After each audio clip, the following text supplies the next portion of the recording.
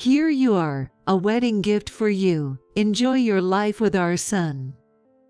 For the wedding, my mother-in-law, Mary, gave me a teddy bear. It was a cute gift, but I couldn't genuinely be happy about it. After all, Mary has been giving me a hard time, and we've had our share of arguments. Yet, she suddenly gives me a wedding gift. What's with the sudden change of heart? Feeling uneasy, I decided to talk to my mom back home. The moment she saw the stuffed animal, she yelled at me. "Get rid of it now. That teddy bear is..." Upon learning the truth, I found myself rushing to the police station. My name is Sarah, I'm 28. I work from home. I've been married to Tom for a year. We don't have kids yet, but our marriage is happy. I met Tom at the gym we both go to. He helped me when I was struggling with a machine. Are you okay? This machine can be tricky, but it works like this. Oh, thank you so much. It suddenly stopped, and I was really in a bind. We hit it off and started dating a few weeks later. On my birthday, a year after we started dating, he proposed. Being married to Tom has been wonderful, but I've had my concerns. It's my relationship with Mary that hasn't been going well. When we visited Tom's family home to introduce ourselves, I was shocked to see his home. It was a mansion surrounded by a large estate. Apparently, Tom's father is quite wealthy. Tom himself is a down-to-earth guy, and he's not a big spender, so I didn't realize his family was rich. My dad always says not to depend too much on money. You never know what will happen, so he advises earning and saving as much as possible on your own. That's why I don't like to waste money. Tom explained with a wry smile.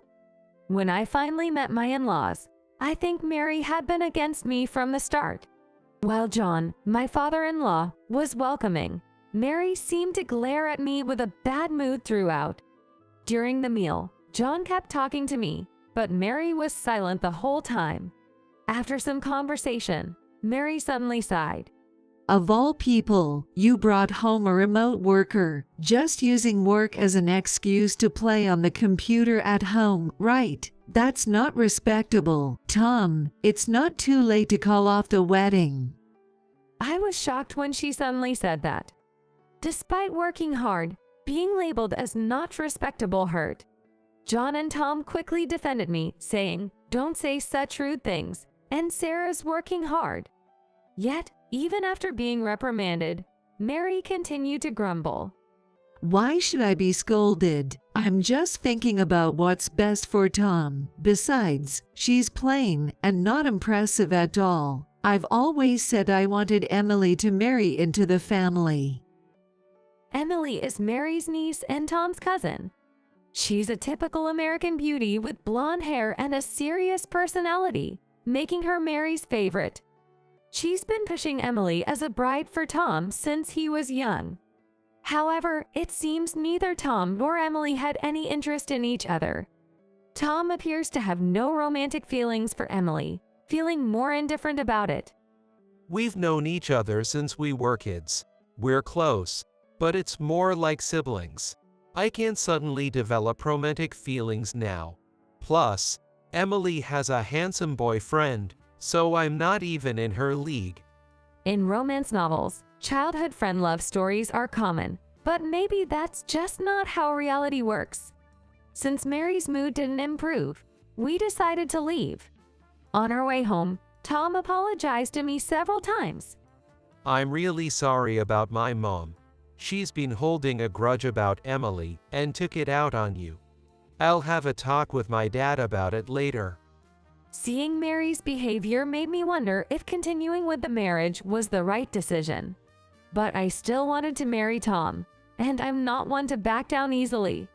I secretly decided to prove Mary wrong after we got married. After we got married, we moved into a guest house on John's property, following his suggestion. A guest house is a place where travelers or tourists stay temporarily. As you get older, it's easy to lose touch with friends. We've been keeping it clean, but it hasn't been used in years. It would be great if you guys could live here. The guest house was immaculately clean and spacious, much more comfortable than a typical house, though it hadn't been used for years. After discussing with Tom, I decided to take up his father's generous offer. However, this led to a troublesome issue. Mary, living on the same property, began to visit frequently without any reason. She would come over and announce, criticizing things like the house isn't clean enough or your cooking is bad. She also complained about my remote work, saying, real work is done outside, you're just slacking off. If Emily had been the daughter-in-law, none of this would have happened. She's good at household chores and perfect in every way. I really wonder what Tom sees in you. There were plenty of better options. I received such snide remarks when Tom wasn't around. Initially, I tried to argue back, but Mary kept twisting my words, constantly complaining. Gradually, I realized that dealing with her was just causing me stress. Since then, no matter what she said, I would just apologize dismissively and let her words go in one ear and out the other. She was clearly frustrated by this attitude. I hoped this would make her back off, but it didn't.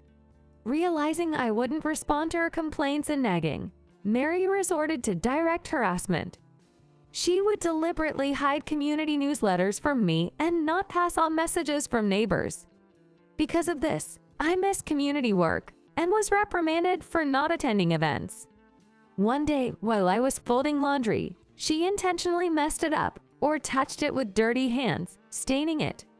She rummaged through my fridge, took food and treats without asking. If I ordered something online, she would open it without permission, inspecting the clothes or accessories and berating me for being extravagant. With actual harm starting to occur, I was utterly fed up. Realizing that this couldn't be ignored, I decided to confront Mary directly. Please stop this nonsense, Mary. Even if you resent me because of Emily, isn't this a bit too much? Why do you persistently harass me like this? I confronted her, arms crossed, standing firmly. Then Mary, slightly taken aback by my determination, quickly retorted, I went through tough times as a bride too, but I never complained to my mother-in-law like you. You really are strong-willed. Once you marry in, shouldn't you serve and not defy your husband's parents? That's outdated thinking. Just because you experienced harassment as a bride, you think it's okay to do the same to me. Yes, I do. Is that bad? I'm telling you, I have no intention of stopping. I can't accept a woman like you as Tom's wife. If you don't like it, just divorce him and leave.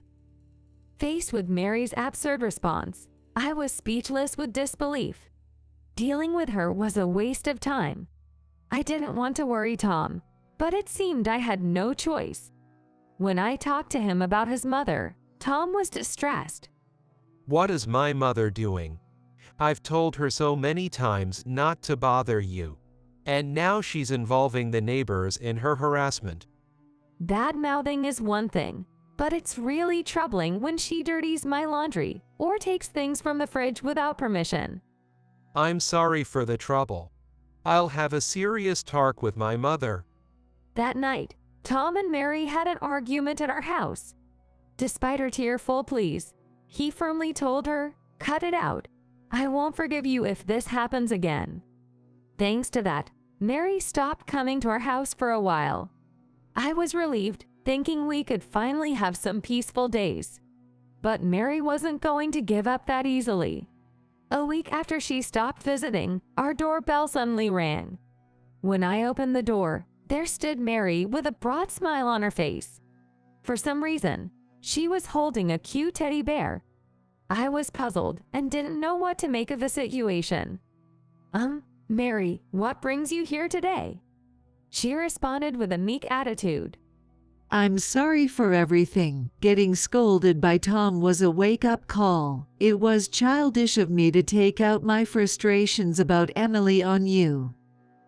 Well, I'm glad you understand.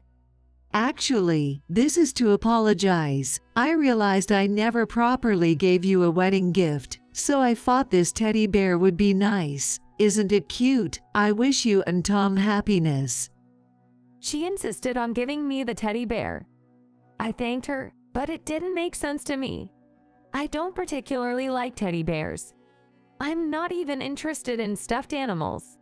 For a wedding gift, something practical like dishes, kitchenware, bedding, or appliances would have been more appropriate. Or even accessories or decorations, if not practical items. Giving a stuffed animal to a daughter-in-law, especially after our recent conflicts, seemed odd. Could there be some hidden motive? Feeling uneasy, I messaged my mom, who lives nearby, and went to show her the teddy bear. I've consulted her many times about the harassment from Mary. When I arrived and showed the teddy bear to my mom, her usually calm face tensed up suddenly. Sarah, your dad bought some sweets as a souvenir. Let's leave the teddy bear in the living room and have some coffee first. Help me get things ready. While finding her behavior odd, I went to the kitchen. Right after I arrived, my mom grabbed my shoulder with an intense expression. You need to get rid of that stuff quickly. Otherwise, something terrible will happen. What? What happened all of a sudden? Is there something wrong with the teddy bear? Calm down and listen. That stuffed animal is. After hearing the reason, I was speechless at Mary's outrageous behavior. At the same time, I ran out of patience. I see, so that's the reason. Then I have to give something back, too. I placed the teddy bear in the living room and waited for Tom to come home. When he arrived and saw the teddy bear, he asked, "Isn't it cute? Did you buy this?" "Welcome home? No, this is a wedding gift from your mother." From Mom. Why would she give a teddy bear? I called him to the hallway to explain the situation and asked for his help with my plan. He nodded solemnly. A few hours later, Tom and I were having a huge argument. You preferred Emily because she was nicer. So you really wanted to marry her, just as your mom said. I never said that. You're overthinking it. As the argument heated up, we exchanged harsh words. That's it. Marrying a nasty woman like you was a mistake. Let's get divorced right now. The moment Tom said that, Mary burst into our house. She had a broad smile on her face. Tom, you finally understand. Yes, she is the worst wife. Strong-willed, not cute at all, and so presumptuous. I always thought she was not right for you. Divorce her immediately and kick her out of this house. After gleefully saying this, Mary began to look puzzled. Of course, she would be, since Dom and I, who were supposedly fighting fiercely just moments ago, were now looking at her with cold eyes. I then slowly said to her, "You noticed we were fighting, didn't you? Quite the timing to enter our home." It was just a hunch. I just felt it. She quickly defended, but her eyes were darting around. It was clear she was lying. I confronted her with the truth. "Don't lie, tell the truth. You rigged a teddy bear with a surveillance camera and a bug, didn't you?" Hearing this, Mary froze. The surveillance camera and a bug things was something my mom noticed and told me about when I went back home. She realized it because she saw a similar crime reported on the news. A creeper had given a woman a stuffed animal with a camera and wiretap hidden inside to spy on her life. So when my mom heard that Mary gave me a teddy bear, she suspected something. Indeed, her suspicion was confirmed when Mary quickly came over after Tom and I pretended to argue. I continued. On my way back from my parents' house, I went to the police station to report this. They said they would come here to talk about it soon, so they should be arriving any minute now. Upon hearing this, Mary started to panic. That's ridiculous. Don't joke about this. Calling the police over such a thing is an overreaction. Call them back and cancel it right now. Such a thing? Planting cameras and listening devices in someone's home is a serious crime.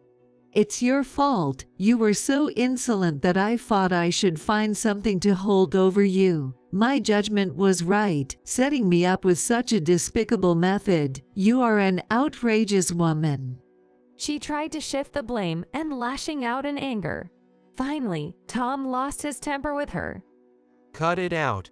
I've never felt so ashamed to be your son, Mom. I thought you regretted mistreating Sarah, but then you go and do this. Please don't be angry, Tom. I was doing it for you. For me, so committing a crime is okay. I shouldn't have gone easy on you just because you're my mother. I'm going to report this to Dad, and I'm cutting ties with you. Don't ever come near Sarah and me again. At Tom's words, his mother screamed. Trying to apologize through tears, Tom stopped her. You're apologizing to the wrong person. She then turned to me in panic. Sarah, I'm sorry. I thought I was losing Tom to you and did something stupid. I truly regret it. I won't go against you again. Please forgive me. Despite her desperate apologies, it was too late for me. After all the trouble she caused, including sending that creepy teddy bear, there was no way I could forgive her. I will never forgive you. I tried to reach out to you many times, and you ruined it. How could I forgive being given such a disgusting gift? I really regret it. Sorry only works for little kids. As an adult, you need to handle your own responsibilities. She continued to wail, but neither Tom nor I felt any sympathy.